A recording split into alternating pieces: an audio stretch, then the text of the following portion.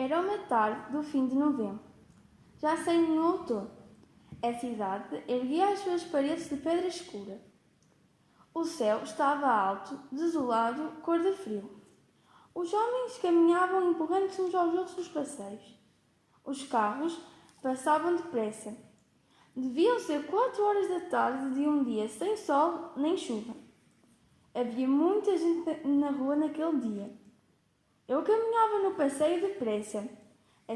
A certa altura, encontrei-me atrás de um homem, muito pobremente vestido, que levava ao colo uma criança loira, uma daquelas crianças cuja beleza quase não se pode descrever. É a beleza de uma madrugada, de um verão, a beleza de uma rosa, a beleza do orvalho, unidas à incrível beleza de uma inocência humana. Instintivamente, o meu olhar ficou um momento preso na cara da criança. Mas o homem caminhava muito devagar e eu, levada pelo movimento da cidade, passei à frente, mas ao passar, voltei a criança para trás, para ver mais uma vez a criança. Foi então que vi o homem e imediatamente parei. Era um homem extraordinariamente belo, que devia ter 30 anos e em cujo rosto estavam escritos a miséria, o abandono, a solidão. O seu fato, que tendo perdido a cor, tinha ficado verde, deixava adivinhar um corpo comido pela fome. O cabelo era castanho claro, apartado a meio, ligeiramente comprido. A barba, por cortar há muitos dias, crescia em ponta, estreitamente esculpida pela pobreza. A cara mostrava um belo desenho dos ossos, mas mais belos do que tudo eram os olhos claros, luminosos de solidão e de doçura. No próprio instante em que eu vi o homem, levantou a cabeça para o céu. Como posso contar o seu gesto? Era um céu alto, sem resposta, cor de frio. O homem levantou a cabeça no gesto de alguém que, tendo ultrapassado um limite, já nada tem para dar e se volta para fora, procurando uma resposta.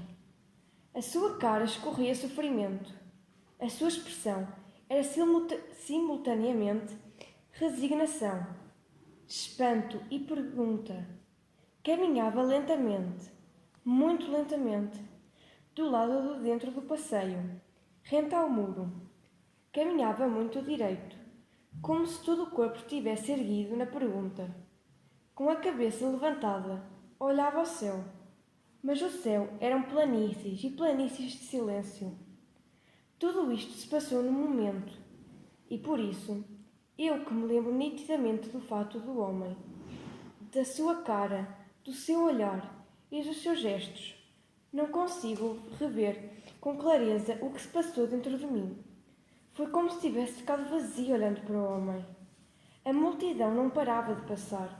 Era o centro da cidade. O homem estava sozinho. Rios de gente passavam sem o ver. Só eu tinha parado, mas inutilmente. O homem não me olhava. Quis fazer alguma coisa, mas não sabia o quê. Era como se a sua solidão estivesse para além de todos os meus gestos, como se ela o envolvesse e o separasse de mim. E fosse tarde demais para qualquer palavra, e já nada tivesse remédio. Era como se eu tivesse as mãos atadas.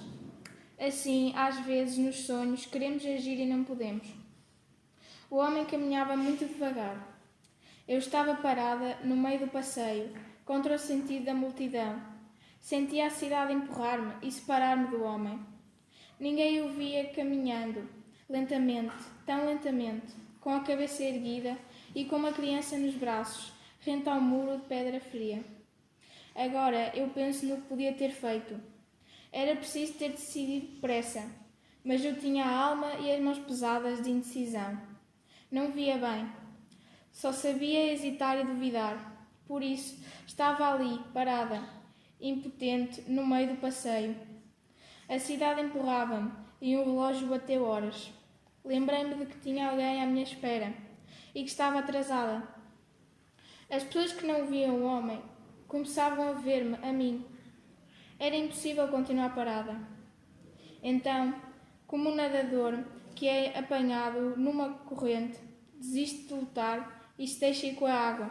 Assim, eu deixei de me opor ao movimento da cidade e me deixei levar pela onda de gente para longe do homem. Mas enquanto seguia no passeio, rodeada de ombros e cabeças, a imagem do homem continuava suspensa nos meus olhos. E nasceu em mim a sensação de confusa, que nele havia alguma coisa ou alguém que eu reconhecia. Rapidamente evoquei todos os lugares onde eu tinha vivido. Desloquei para trás e o filme de tempo. As imagens passavam oscilantes, um pouco trêmulas e rápidas, mas não encontrei nada e tentei reunir todas as memórias de quadros, livros e fotografias, mas a imagem do homem continuava sozinha, a cabeça levantada, que olhava com o céu com uma expressão infinita de solidão, de abandono e de pergunta. No fundo da memória, trazidas pela imagem muito devagar, por uma inconfundíveis, aparecem as palavras Pai, Pai, porque me abandonaste. Então compreendi porque é que o homem deixava tudo que não era um estranho. A sua imagem era exatamente igual a outra imagem que se formava no meu espírito quando eu li. Pai, Pai, porque me abandonaste. Aquela era a proposição da minha cabeça, era aquele olhar, era aquele sofrimento, era aquele abandono, aquela solidão. Para além da dureza e das traições dos homens, para além da agonia da carne, começa a prova do último suspício, o silêncio de Deus, e os céus parecem desertos vazios sobre cidades escuras. Voltei para trás, subi contra a corrente o rio da multidão. Temi tê-lo perdido. Havia gente, ombros, cabeças, ombros, mas de repente vi-o. Tinha parado, mas continuava a segurar a criança e a olhar para o céu. Corria empurrando quase as pessoas. Estava já a 2 passos dele. Mas nesse momento, exatamente, o homem caiu no chão. Da sua boca corria um rio de sangue, e nos seus olhos havia a mesma expressão de infinita paciência. A criança caíra com ele e chorava no meio do passeio, escondendo a cara na saia do seu vestido manchado de sangue. Então a multidão parou e formou um círculo à volta do homem. Ombros mais fortes do que os meus empurravam-me para trás. Eu estava do lado, de fora do círculo. Tentei atravessá-lo, mas não consegui. As pessoas, apertadas umas contra as outras, eram como um único corpo fechado. À minha mente estavam homens altos do que eu, me impediam de ver. Quis espreitar, pedi licença, tentei empurrar, mas ninguém me deixou passar. Ouvi lamentações, ordens, apitos. Depois veio uma ambulância. Quando o círculo se abriu, o homem e a criança tinham desaparecido. Então a multidão dispersou-se e eu fiquei no meio do passeio, caminhando para a frente, levada pelo movimento da cidade. Muitos anos passaram. O homem certamente morreu, mas continua ao nosso lado, pelas ruas. Conto O Homem, Sofia de Mello Brunner.